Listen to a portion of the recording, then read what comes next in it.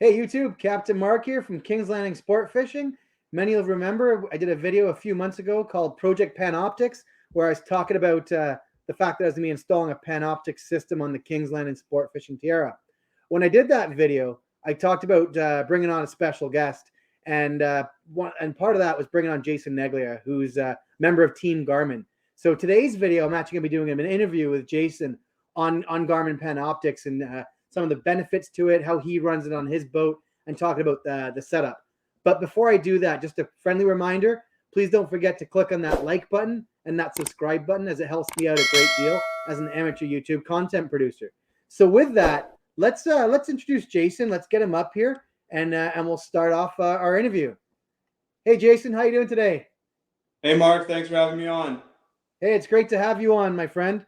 Hey, just as we get started, I know I've known you for a few years, and I know a little bit about you, but many folks here may not know anything about you. So, can you just tell us a little bit about yourself and how long you've been using Garmin and Panoptic products?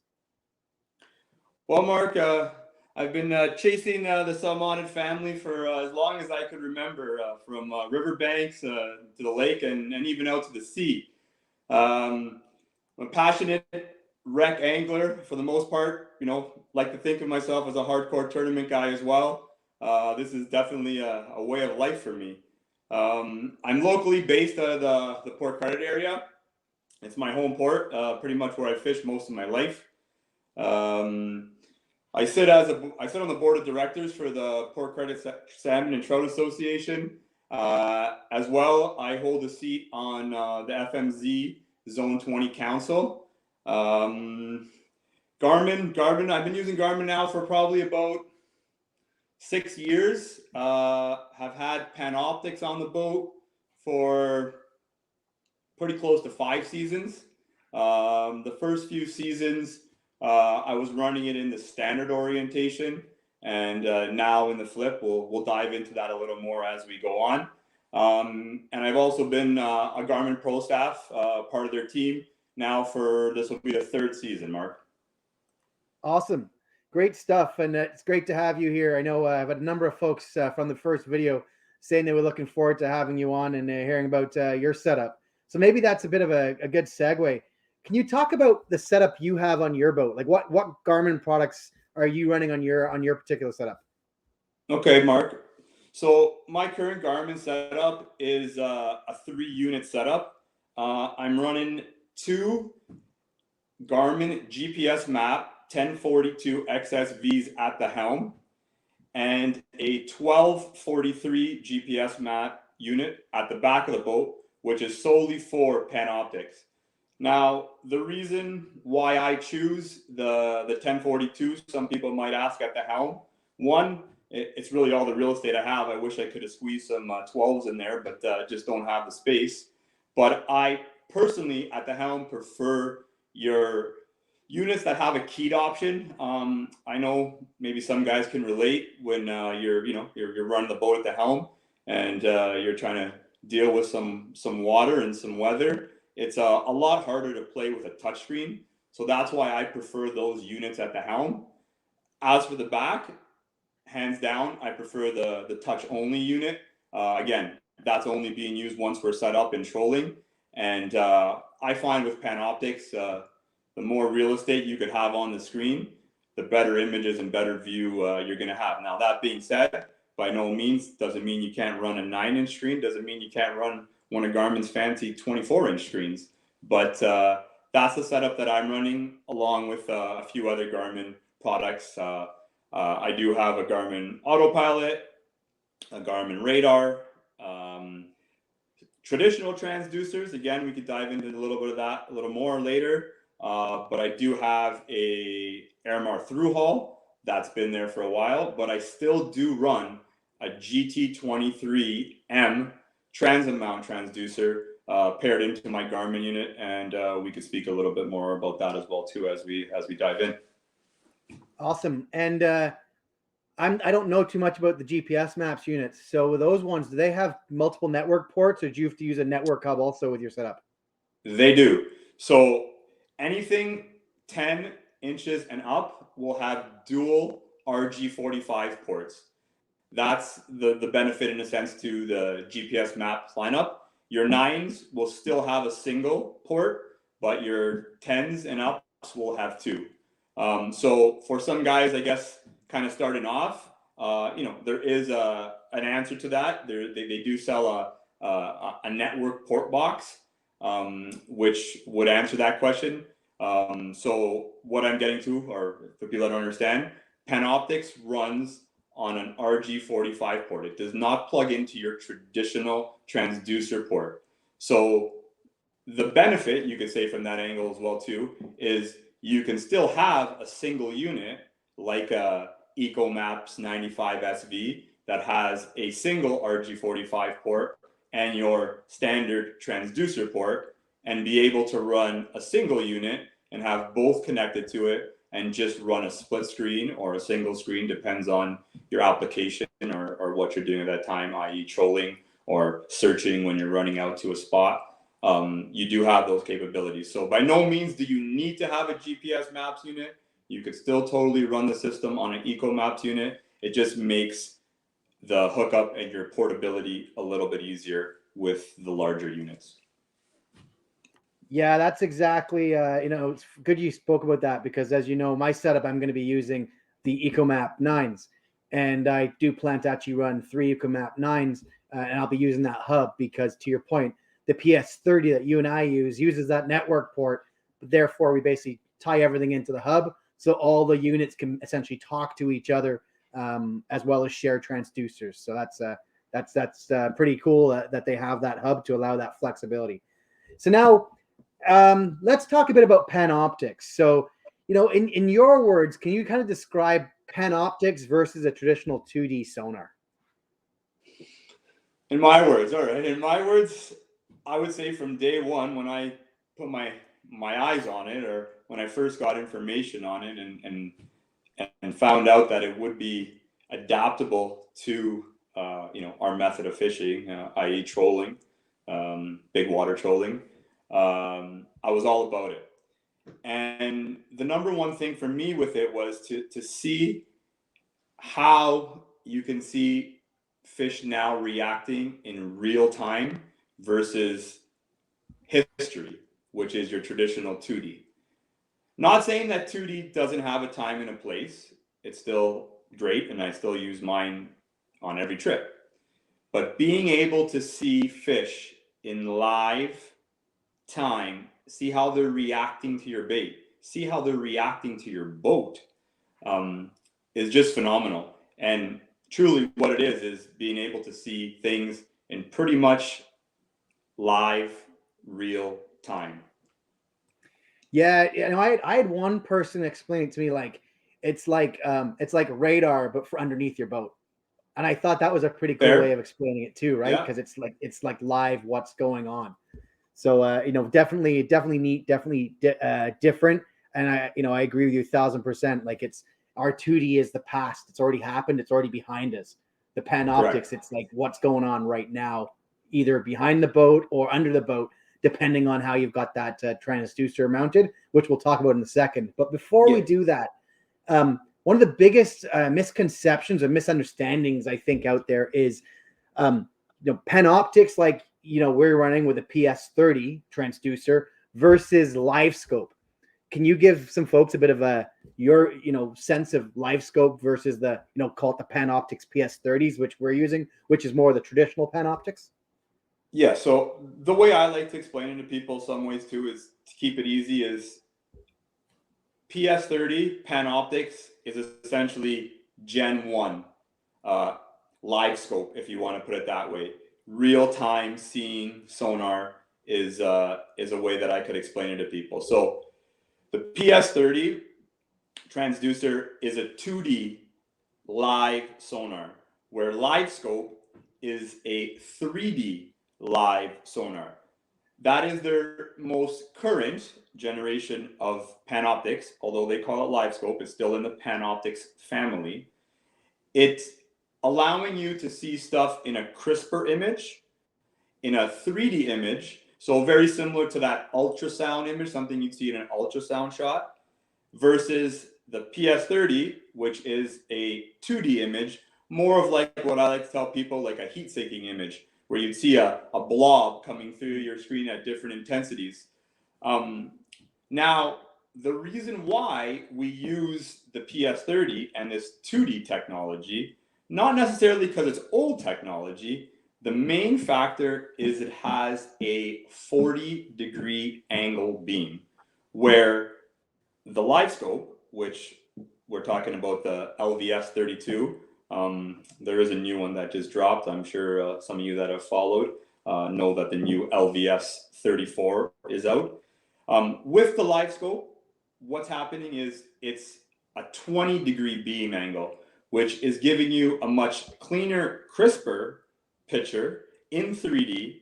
But by doing that, you're giving up, obviously, ultimately, your 40 degrees. So as trollers, we want to be able to see as much as possible. And also your depth range. So for the inshore fishermen, you know, a lot of your bass guys or, you know, your inlet guys, they are doing a lot of shallow water, structure scanning, a lot of casting or direct jigging. That's where the live scope shines. Where the PS30, yes, you're still seeing that similar live image, but you're seeing it on a far larger scope with that 40-degree beam angle. And you're also able to see it at far deeper depths. So again, as big water trollers and on the Great Lakes, let's just say, at times, you know, we may be fishing down to 150, 160, maybe even up to 200 feet deep.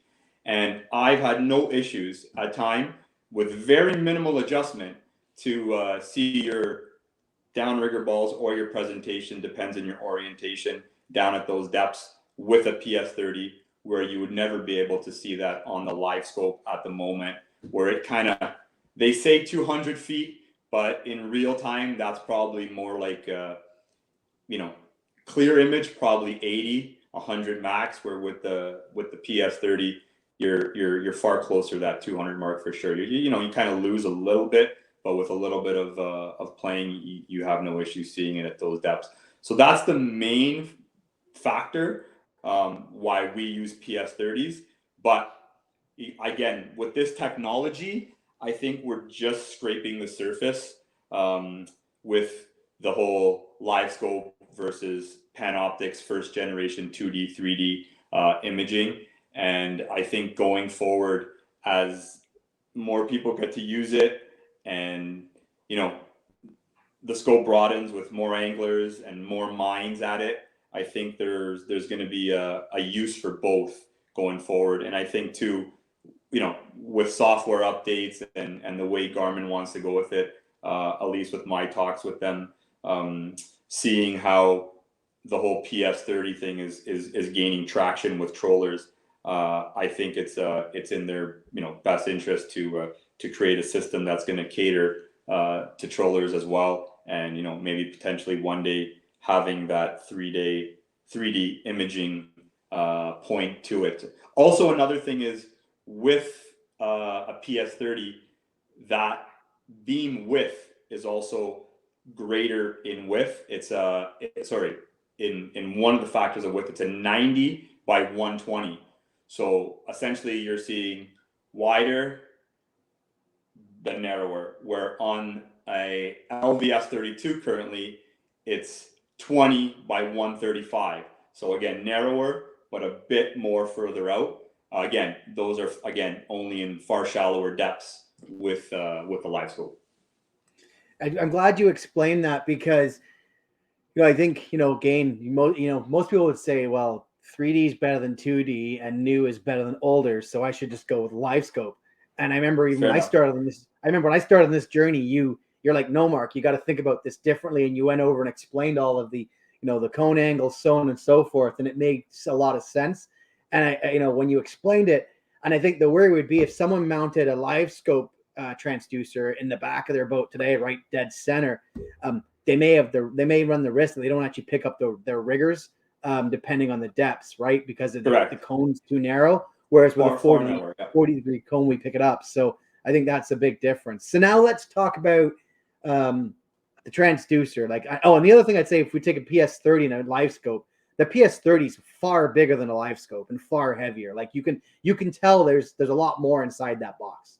There is essentially, but you got to remember too, the reason why the live scope transducer is a little bit smaller is you do have that secondary black box, which is doing a lot of the thinking and essentially is the brain, where the PS30, everything is crammed into that body, right? So, the best way to explain it is, the way Garmin kind of tells me in layman terms is that, your traditional transducer might have, let's just say for the sake of arguing, 100 crystals inside of it that are, a dime size, where a Panoptix or live scope transducer has 1,000 crystals inside that are probably about a, quarter size, that are working that much harder and relaying information that much quicker. So again, with that black box on the live scope, it is doing a lot of the heavy lifting, if you want to say, for that transducer. So that's why the PS30 is larger.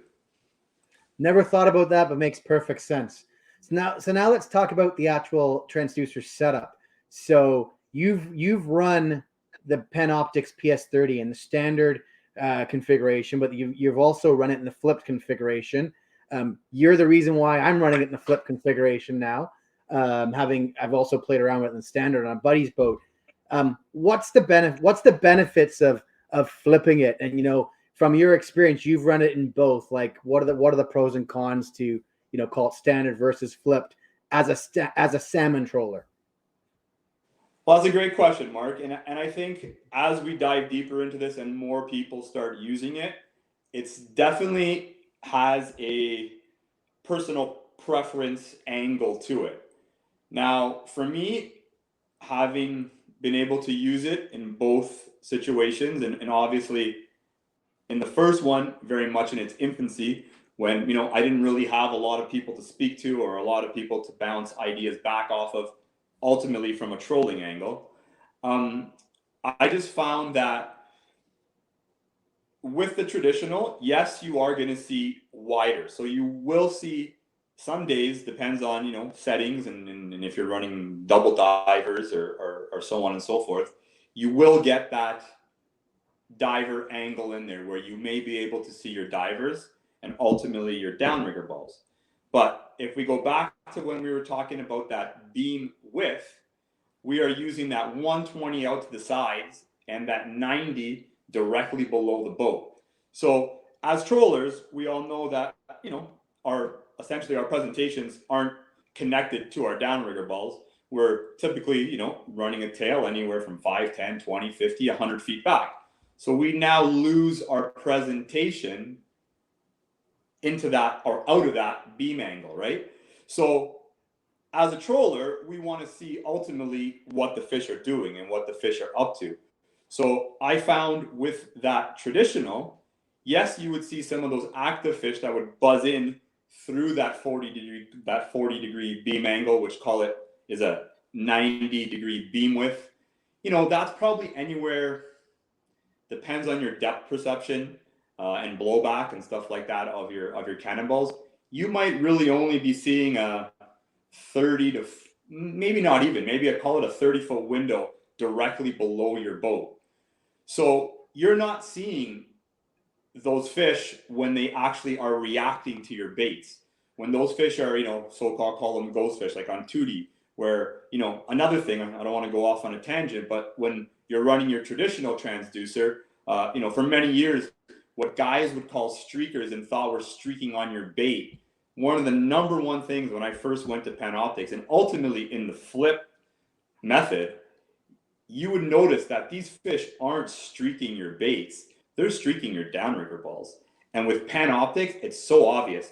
And having the factor of running your traditional and your Panoptix, say it's side by side, or in my application at the helm and at the back of the boat, you could literally look back and forth at the screens and see what those fish are actually doing on Panoptix and what you thought they were doing on traditional. So again, not to go too far off on that, the Panoptix in its original or standard configuration gives you a wider beam angle off to the sides, but not as much directly below the boat. So some guys will say they like that. They like to see what those fish are doing or say when your boat's coming over top of those fish, you could tell if those fish are reacting and sliding out and off to your, you know, your long lines or your divers or your higher riggers. But again, you're only seeing that fish when it's in that cone. By flipping it now in its hack configuration, if you want to call it, or flip mode as we have kind of coined it, you are now seeing that 120 front to back and that 90 off to the side. So that 90, let's say it equates to, like we said, roughly 30 feet if it's, you know, depends on your depth perception. But that 120 front and back can now give you, again, depends on your depth, anywhere from, I've had it, you know, close to 100, even maybe just a little over 100 feet forward and back. So now, if you think of that from a troller standpoint and seeing your presentation, call it 100 feet behind your downrigger balls or from the back of your boat 100 feet back, you're actually able to see true bait separation. And you can see these fish when they're buzzing in and hanging on your ball, or if they swing back and drop to your presentation, and or if they swing out and fly out into that cone and slide out of that picture. So one of the really cool factors that I found when I spun it around was how many fish we actually drive over as trollers, or fish that come from the front of the boat, let's just say, where, you know, at least me personally, I always had a conception that, you know, these fish were, you know, on our boat, we'd call them phantom fish, where they'd kind of, you know, be lured in by our presentation from behind and slowly track before they hit our baits. Where with the flip configuration, I was blown away to see how many fish would be actually coming from the front of the boat and do that hard 180 on your baits. It was just incredible. And to see how active fish would literally swing around and essentially, as we call it on our boat, eat our downrigger balls. These fish would just be so dialed into our downrigger balls someday when they're active, and would literally hang on our downrigger balls. And a lot of times just be unattentive or unattracted and pull away from our whole spread, where, you know, we're so essentially dialed into having a longer lead, or that, you know, minimum 20, 30 feet back, where those fish wouldn't even be seeing that presentation that's, you know, 20, 30, 40, 50, 100 feet back. So by having the flip, it just gives us so much more information, I find, on more days as to what those fish are doing from that standpoint when they're, you know, coming in from the front or even coming in from the back. And that I've seen fish blow by, you know, or come in on a little different angle, maybe say not directly behind the boat or directly behind our baits, and kind of be sucked in by the downrigger balls and hang there. And again, with that information and seeing that separation, like you could clearly see your flasher rotating most days, and, you know, be it your fly or meat rig presentation, you know, 5, 6, 7, 8 feet behind that, depends how tight you are to your clip. And as long as you're within that, you know, that cone or that 120-degree beam angle, easy separation. And even see fish hang at your ball or drop back to your flasher even some days before they actually turn back to your final presentation. So it's fantastic to see the separation, and that's what I like most about it. Even days where I've literally done stuff that I would never even imagine to do. Like, there's been days where they're so dialed into those downrigger balls, you know, primarily early in the morning, where they just come in 100 miles an hour, and they come through that beam angle so quickly sometimes that the traditional transducer won't even pick it up. You won't even see some of those fish buzzing through. They come in through so quick, and they'll literally kiss that downrigger ball. They'll be so locked to that downrigger ball, where we could see this information now on our Panoptix, especially with the flip, and literally pull lines. And I've had times where I've literally put my clip, I'm talking like my flasher is rotating, you know, 12 inches, maybe 6 inches away from my downrigger ball, or, you know, some guys would just think that's insane, and send it back down. And that next fish that comes in, it's almost instant. That fish is locked. So from that standpoint, to me, it was a game changer. And even being able to see how bait reacts sometimes,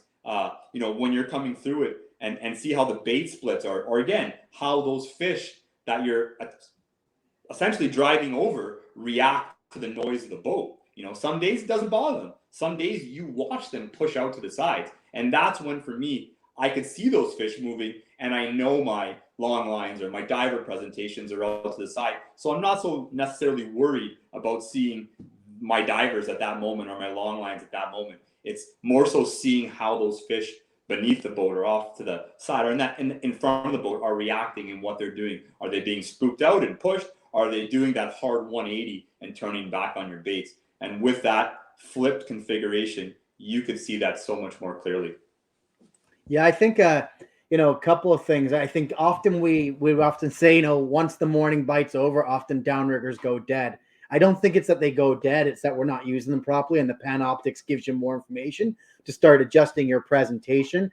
And I'll tell you, you talked about the separation between downrigger ball, flasher, and bait. That to me, that was a big deal and probably what helped get me sold, because I was on a buddy of mine's boat in the standard configuration, and I'd see the downrigger ball, and then when the fish would swim in, I would lose the fish because it was a big blur with a downrigger ball, and I didn't know, Correct. Is it with the downrigger ball? Is it with the flasher and the bait? And it really started to infuriate me. So that I think was probably one of the biggest reasons I went with flip.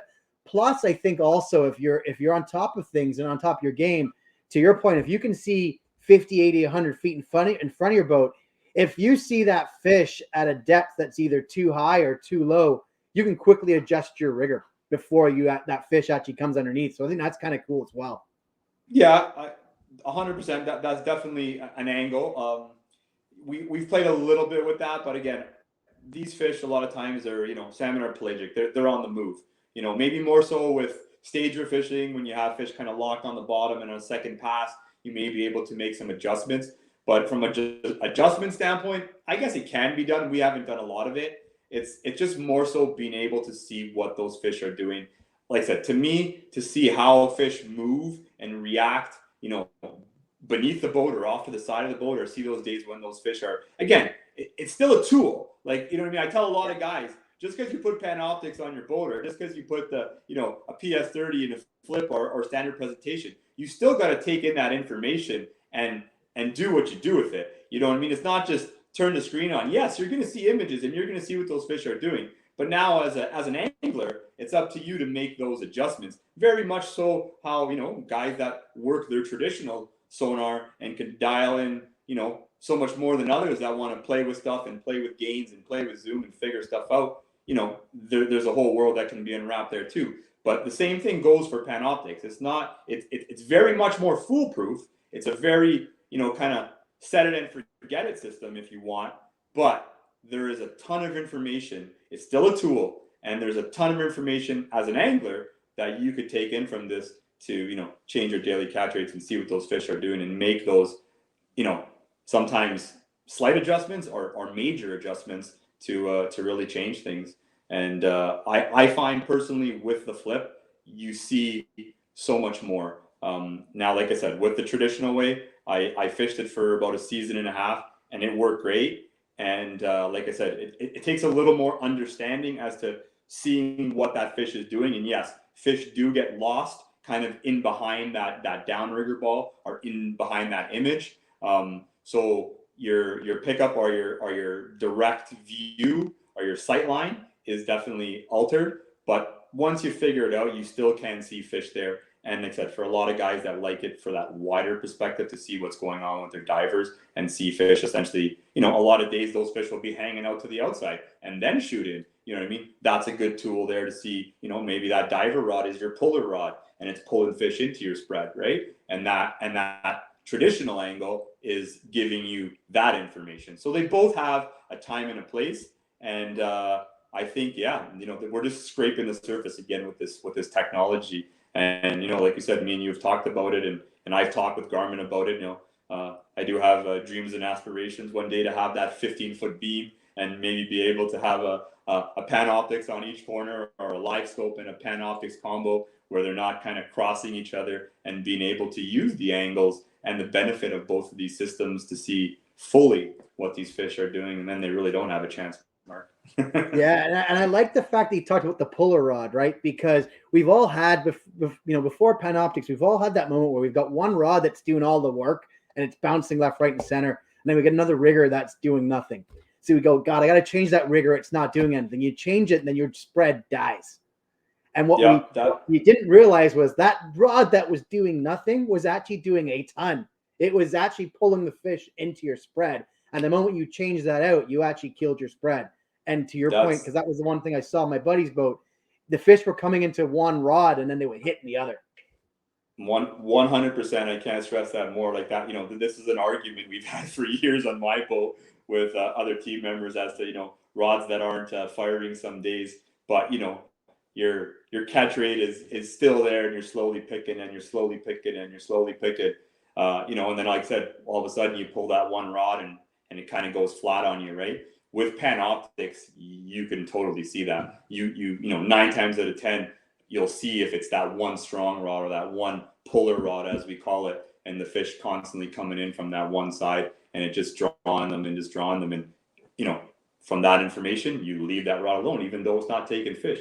You just let it set. Where in a lot of other applications, you would just pull that rod because it's not working for you, right?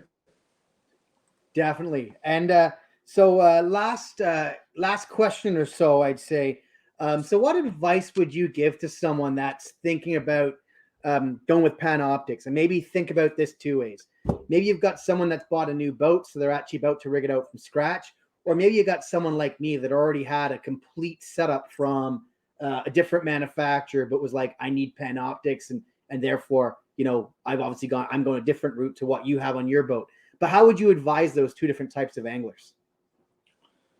Well, from my standpoint, I would say Garmin all the way, because I'm a Garmin guy, and I'm a little bit of an OCD guy. Even before I was with Garmin, I kind of like to have everything streamlined. So if I'm running one manufacturer, I like to have that across the board. But the beauty about Panoptix is it's a totally different beast, right? It's a live seeing sonar. So it doesn't necessarily have to be a totally integrated system with everything you have on the boat, i.e. everything being Garmin. So from a new standpoint, if I was going to be purchasing a boat, hands down, I would be going right across the board with Garmin products. And again, you don't have to go, to your top of the line GPS models and spend all the money. You totally can do it, on a budget with an EcoMaps setup. The only downfall to that is if you are talking big water boats and say an application where you're going to be running radar, a lot of the EcoMaps units don't have radar capability. So I would recommend going the GPS way if you are setting up a larger big lake boat with radar. But from another standpoint, if you have an existing system, say, I was a Lowrance guy pretty much most of my life, and still have buddies that love their Lowrance or love their Hummingbird, and they're still great systems and do a lot of great things.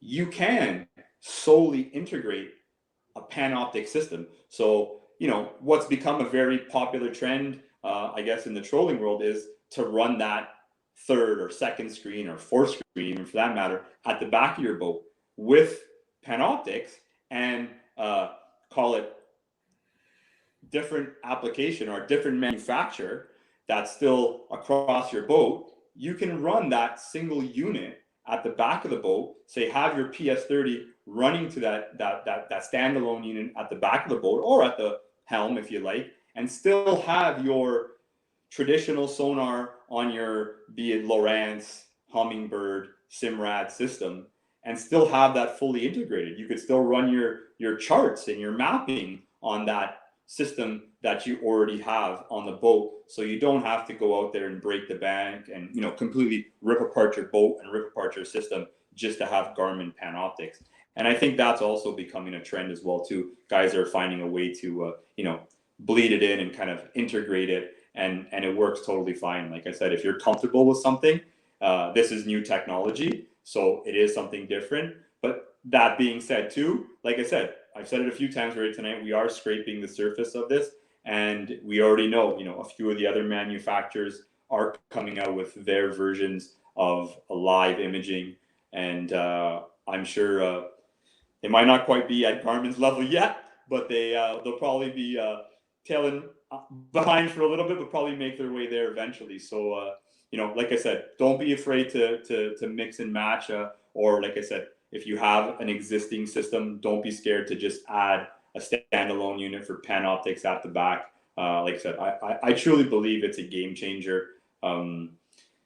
as I kind of relay the message to a lot of the guys in the port, a lot of the guys that have been around far longer than I have, and kind of, I like to say, put the blinders on and kind of have a one-track mind. And when I talked to them a lot about Panoptix in its infancy, they were kind of, it's gimmicky, you're just chasing the technology, blah blah blah blah, and kind of have those blinders on, and then they come on the boat once and see it and truly understand it. Like I said, I explained to them, it's like Panoptix and running this system is almost like the equivalent of when we went from like paper graphs to digital. That's how big of an advancement it is, and how in game changing it is essentially. So yes, not to run off on a tangent again, it's totally doable to run an integrated system or a standalone system. And like I said, new boats, I would fully Garmin it out. If you just want to add to your existing system, don't be afraid to just put a PS30 and a standalone unit on, and continue to use your existing system for everything from radar to traditional to mapping. Yeah, and I'm glad you talked about the GPS maps versus like the EcoMaps and EcoMap Ultra, because if you look at most of the Team Garmin pros that are bass or walleye fishermen, they're not running GPS maps, they're running EcoMaps because they're not running radars and such, right? So if you're 100%. someone that's got an aluminum boat and you don't need a radar, EcoMap is the answer. If you're running a larger fiberglass boat, or you're an offshore guy, so let's maybe you're not on the Great Lakes, you're on the Pacific or the Atlantic, you're probably a GPS maps guy, or down in the Gulf, you're going to be a GPS maps, because it allows you to add the full Garmin lineup. Me, I went with the EcoMaps because I already have 20,000 plus in electronics on the boat. Eventually I'll swap it out, and then I'll and I will move everything over. But I wasn't ready to drop another 25 plus to redo the whole boat, let alone the time and work. So I think that's the nice thing, is you can integrate into the system quite easily. And if you want to network it with the Neglia 2000, you can too. So you can share GPS coordinates and so on. So you also do have that option. As well as most of the new Garmin stuff is all Wi-Fi, and everything talks to each other, through that network. You don't have to hardwire everything. Another key factor that we missed too on those EcoMap units, especially if you're adding that third unit, or that standalone Panoptix unit. The beauty about the EcoMaps unit, especially be it big boat or small boat, if you are running it at the back of the boat, the EcoMaps lineup has something that's very unique to it. I don't know if a lot of people pay attention to it, but it has this face-off system where essentially it allows you to leave your wiring and your back plate on the boat or at its mounting location. So almost like those 80s and 90s pop-off car decks you used to have in your car where you could take the screen with you. These units allow you to do the exact same thing. So, if you don't want to leave it out in the weather, and there it is, Mark, exactly there, in the elements, you can pop that unit off and take it with you. Or again, if you're a small boat guy and you have multiple screens and you don't want to leave them out on your driveway or wherever you're storing the boat, all those screens pop off and your wiring and everything stays direct connected to the unit. And if you want to take it a step further, for your ice fishing guys or guys that have multiple boats, you can buy an extra back plate where the hard wiring part is there, and that plate stays on the boat, and all you have to do is interchange that face. So you can move that screen around to multiple applications, i.e. being an ice fishing or a smaller boat. You have that feature, and again, you have that peace of mind of taking it with you. If you're leaving it in a spot that's maybe not as safe as a marina or say something like that. So that's a really cool feature, and again, that's coming in pretty much their entry level product. So I think that's a really cool feature, and I tell a lot of guys that are looking for that standalone system or integrated system that you have that portability, and a lot of guys like that because they could essentially just move that unit around or take it off the back of the boat when they're not using it in that application. Yeah, and I think you talked about the ice fishing, and I was going to mention that one. Yeah, if you're an ice fishing guy, it makes perfect sense. Get another cradle, and you're 100% good to go, right? I think the cradles are like, I could be wrong, but I think like $50. They're not expensive. Yeah. So they're real good price. Very, very inexpensive, and like I said, you're essentially getting a second unit for $50 if you want to look at it from that standpoint, right? You have that capabilities of moving stuff around, and it's very popular. Definitely. Anyways, Jason, I think this has been great. Lots of good information. So big thank you for coming on today and coming onto the channel. I really do appreciate it. And just call out to everyone else. Really do appreciate you guys dialing into the channel and constantly watching the videos. It's great to have guests like Jason. This is only the second video in our Project Panoptix series. There'll be a bunch more videos to come, including a bunch as we start the installation. It's it's March here now in Southern Ontario in the Toronto area. Hopefully, April will start to warm up. I'm going to start doing some work on the boat and at least starting to get some of the installation done before I get the hull of the boat re-epoxy buried and painted. But anyways, big thanks, folks. Don't forget, click on that subscribe button and that like button. Helps me out a great deal as an amateur YouTube content producer. Anyways, see you guys later. Thanks so much and have a good one.